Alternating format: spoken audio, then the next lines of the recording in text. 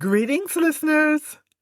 Before we jump in, I just have to say, I love this episode.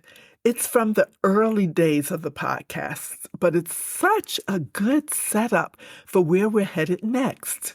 We're about to start a brand new season on the New Testament, beginning with Matthew. And this episode on the intertestamental period, that 400 years between the end of the Old Testament and the beginning of the New, is a perfect bridge to get us there. So sit back and enjoy.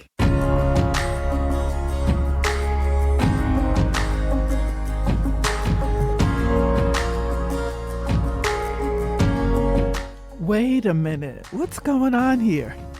I've just wrapped up reading the Old Testament, where Jerusalem was being rebuilt under Persian rule and everything was originally written in Hebrew.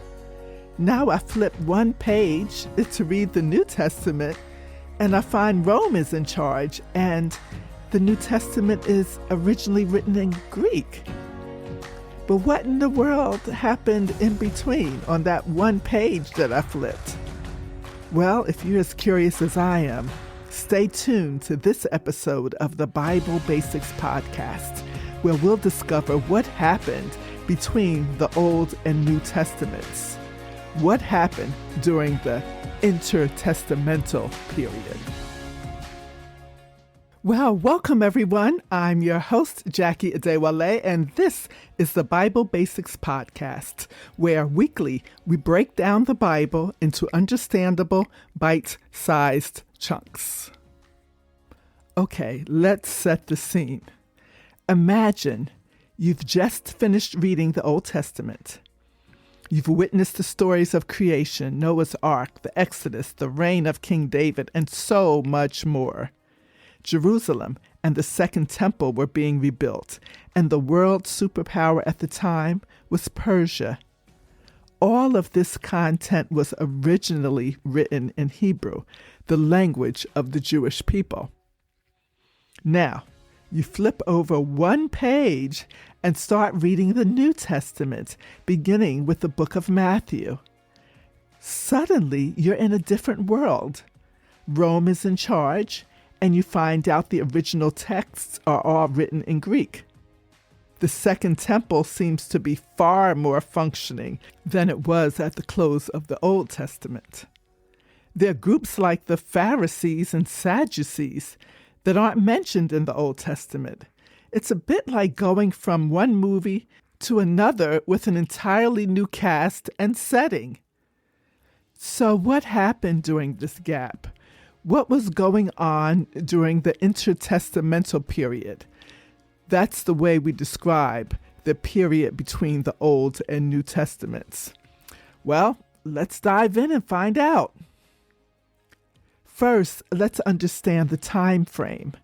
The intertestamental period spans roughly 400 years, from about 400 BC to 1 AD.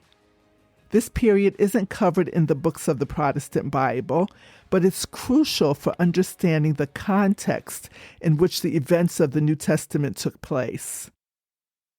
This span of more than 400 years separates the last events and prophecies chronicled in the Old Testament from the initial events recounted in the New Testament.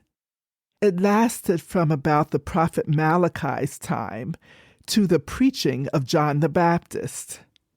This era is often referred to as the silent years because there is no known divine prophecy during this period. Though despite the apparent absence of God's spoken word, it's evident that God's guiding hand was actively shaping the course of events during this period. Now let's look at who the world superpowers were during the intertestamental period. The book of Daniel prophesied of some of the events of this period. For a quick refresher, Daniel was exiled along with the rest of Judah in Babylon.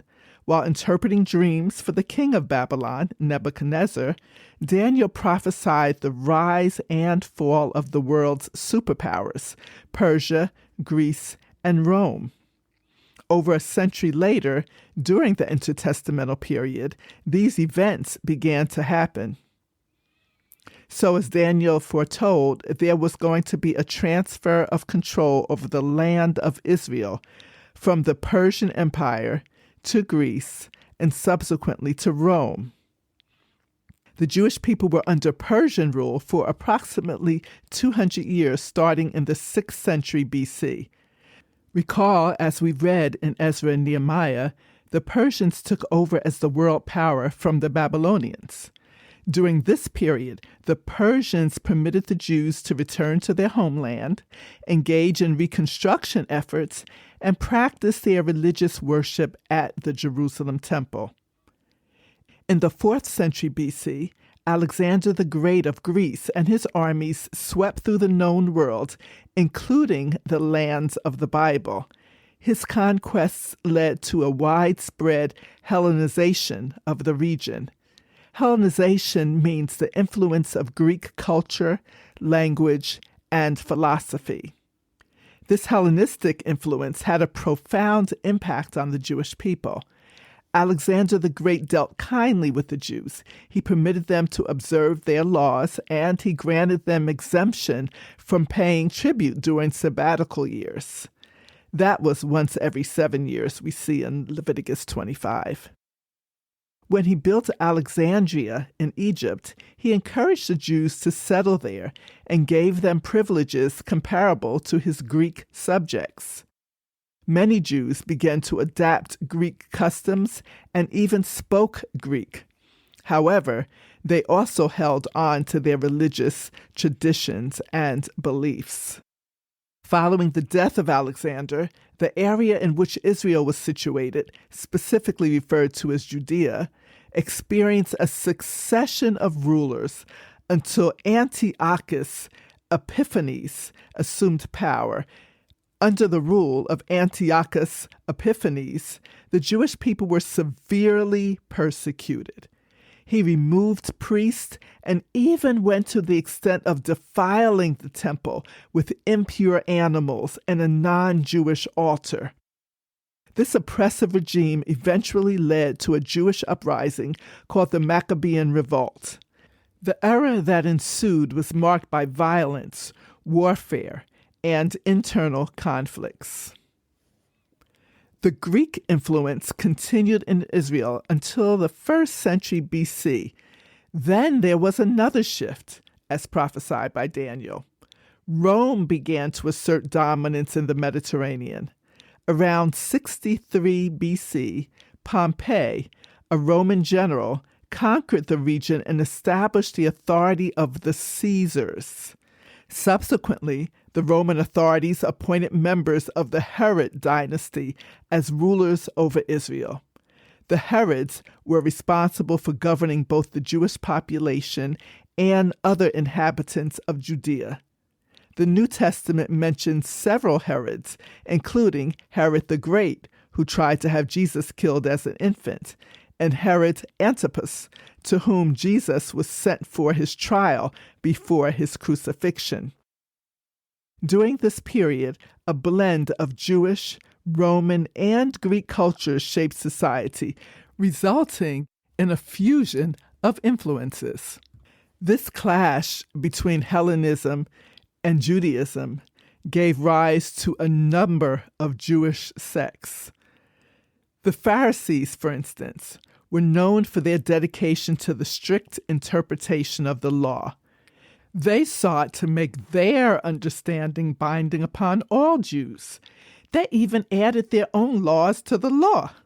The synagogue was the stronghold of the Pharisees. Paul considered himself a member of this group.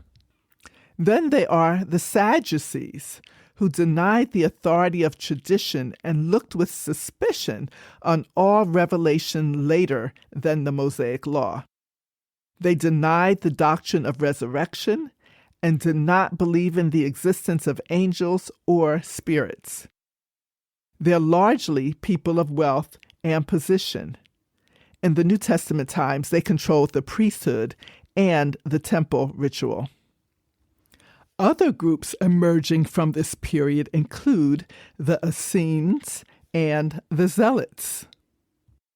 Here's another important development that emerged out of this period. With the emphasis placed on using the Greek language, the Jews of the diaspora, meaning those living outside of Judea, became predominantly Greek speakers.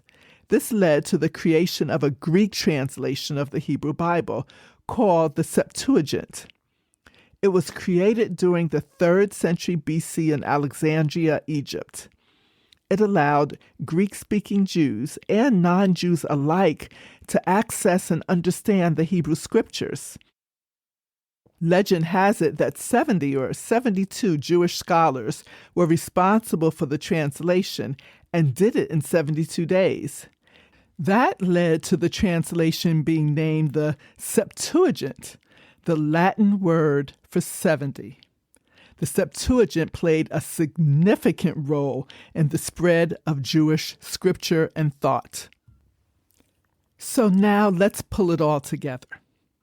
We see that the intertestamental period is a time gap between the Old and New Testaments of the Bible, lasting about 400 years. During this period, the world's superpowers changed hands from Persia to Greece to Rome.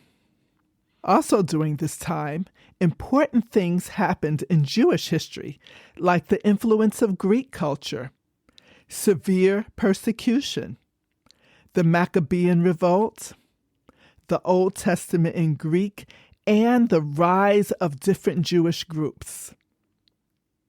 When the New Testament opens, the people of Israel are now once again groaning under foreign rule of the Roman Empire and the Jewish puppet king, Herod the Great.